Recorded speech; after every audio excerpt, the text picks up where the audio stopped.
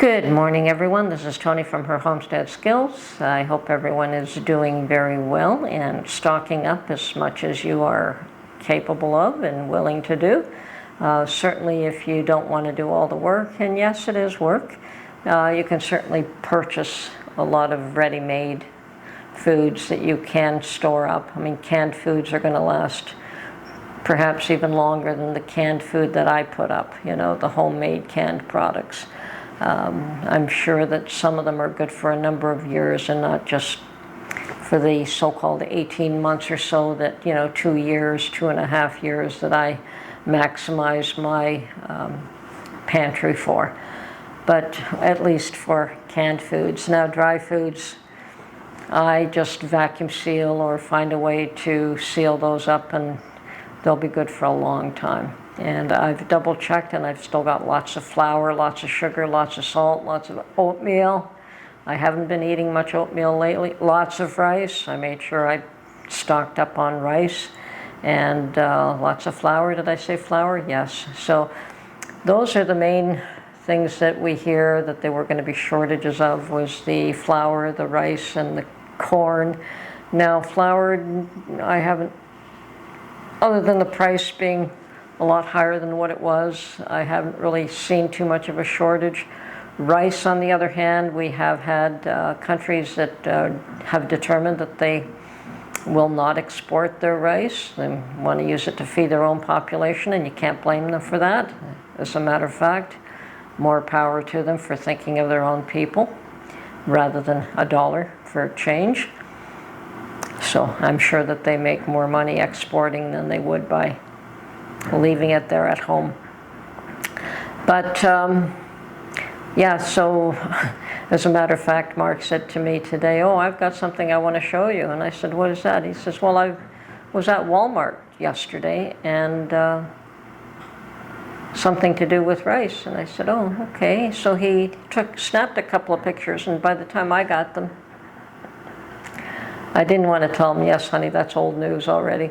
But there was a sign posted at the Walmart, which he noticed probably for the first time, that Walmart would be limiting the purchase of rice per person. I don't know when. I've got a copy of that notice that he saw, and it was dated July, I believe it was the 29th.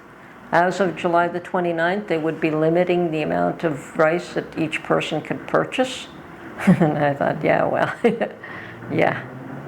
That rice is from India.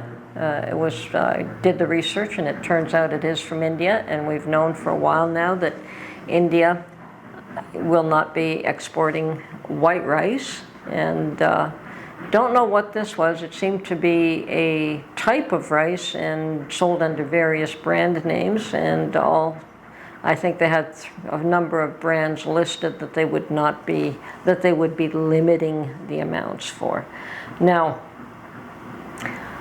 there are other rice producers, and I understand that the U.S. is a very large rice producer, and I haven't seen so much of a shortage as much as I've seen an increase in price. As a matter of fact, I do see people buying more than one bag at a time. I myself bought a few. I stocked up, even though I had plenty of rice in-house. I still stocked up extra. And I'm sure many people who consume rice, and some do daily, probably stocked up even more than I did.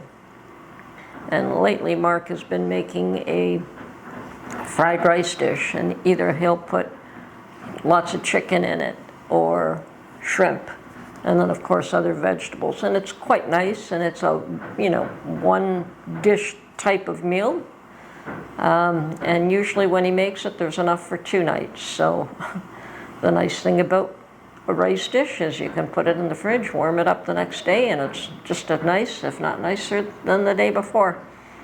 And that's saying something for me. I'm not a fan of leftovers, but the rice dishes just turn out to be quite nice the next day. So I still keep hearing that people believe that there's going to be more food shortages. I haven't heard of anything specific. If you know of any specific foods that there is a shortage of, let us know. I'm sure that the rest of us would like to know that there are issues. So I hope you're all preparing for whatever event you might be facing. I know a lot of you are facing weather events and fire and floods and tornadoes and hurricanes, and absolutely ridiculous that we're seeing so many things, and food shortages and upheavals of every kind. But there are those that have survived this and have found strength in it. And we also know that we've been trying to wake people up and make them aware for the last 3 or 4 years that things just are not right, that things are deteriorating in a big way. And yes, so many people are ignoring it, and that's also a two-edged sword, that the ones that are ignoring it probably are helping to maintain and stabilize things, whereas if everyone actually was aware of what was going on and they all woke up at the same time, we'd probably have chaos like you wouldn't believe going on. So will that moment strike? I mean, what will cause that to happen? I was in the stores when the toilet paper shortage occurred and panic ensued, and stores were emptied out, not just of toilet paper, but that was the first on the list. But stores were emptied out of all their goods within a week or so. And fortunately, or whatever the case is, they were convinced that everything would be just fine, and it all subsided mostly after a week or so, and the stores were, hold on, we're stocking, don't worry, there'll be food aplenty. And sure enough, yeah, they managed to keep that going, and the panic dissipated, and a semblance of normality was reinstated temporarily, but nothing ever went back to normal. They have managed to instill fear in many. Many are still wearing masks even when they didn't have to. And now I keep hearing noises, not so much in Canada, but I hear that in the US, in schools, that they are planning to bring in mask mandates again. Unfortunately, I don't know how you can prevent it in the schools unless you keep your child out of the school. And that's, those that can do that probably already have done so, or anyone that can or is willing to, if they haven't done so, will be doing so in the near future. Society is definitely collapsing around us. Crime is running rampant in the streets and there's nothing to stop it. Stores are shutting down because there's no value in them staying open in these places. And I heard of one town where all the police quit all on the same day, and I'm saying more power to you if you're not going to be respected and treated well for the job that you do, and that's not an exactly great job to have today. Yeah, leave. How bad do things have to get before change can occur? So yeah, the re-education is the next step, and those that don't fall in line, like Arthur, like Dr. Peterson, like the truckers, are going to be punished. But I've always found that the more heavy-handed people are, the more people will do things behind their back.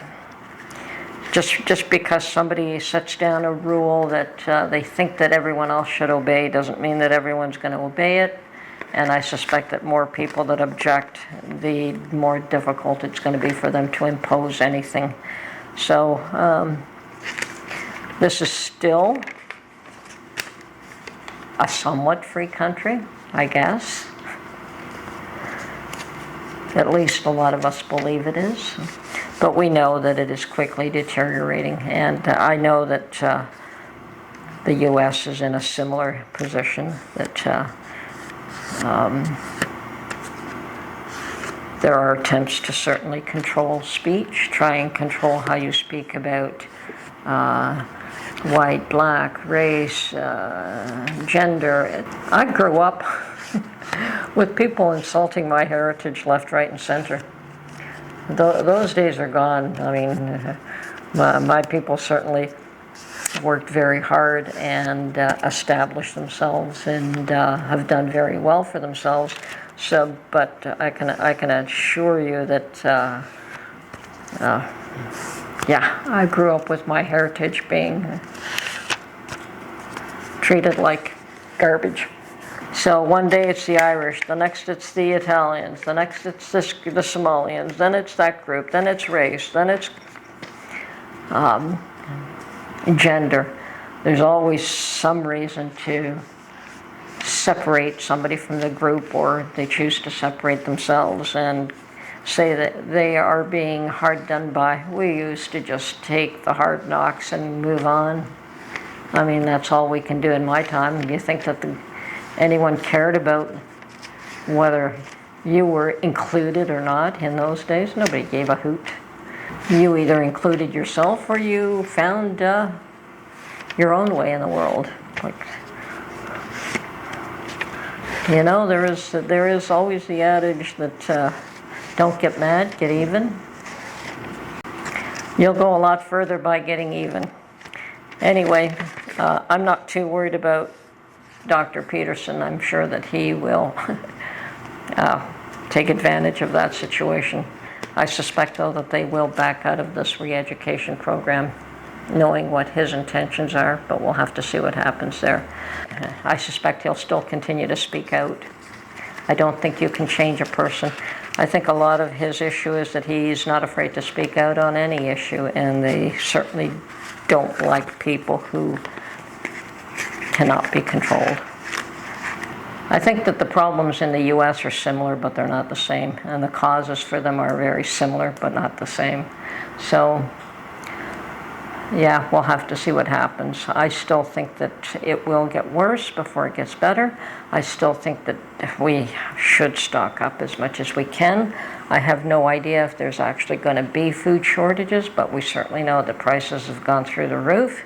We do hear that people are paying $700 more a month for food and energy than what they were paying even 2 years ago.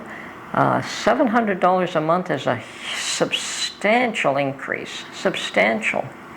I also hear that China has now in a very precarious position with real estate development, and just yesterday I heard that their electric cars are sitting in parking lots and nobody's buying them.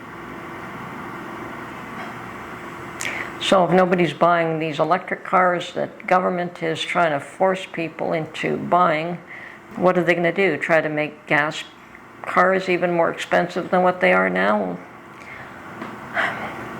To try and force the electric cars into the marketplace? Unfortunately, these car manufacturers have also been forced to produce cars that nobody wants. You know who should be buying all those cars is the people who think that they should be produced. Let them pay the price. But that's not going to happen. If electric cars are not sustainable, there was always that middle ground with hybrid cars that probably was sustainable. So where you would reduce the consumption of gas, but you would have an electric vehicle as well. And a vehicle like that would also work in our cold Canadian climates and other, I know that there are cold climates in the US as well. So a fully electric car is just not feasible in a lot of places. So, okay, prep everyone, be careful. Watch out for those fires and those floods and those tornadoes, and make sure that you have enough to get you through those tough times. We don't know how long those tough times are going to be. They could be a week, they could be a month, they could be a year or 10 years. We don't know. I can't stock up for 10 years, but I can certainly put something away. And I don't have the wherewithal, and I don't have the space, and I don't have the means of, I think you kind of need a freeze dryer if you want to keep anything beyond a few years. And Perhaps one day that'll come, but it's not today. Anyway, this is Tony from Her Homestead Skills. Look after yourself, folks. Have a good day. Bye for now.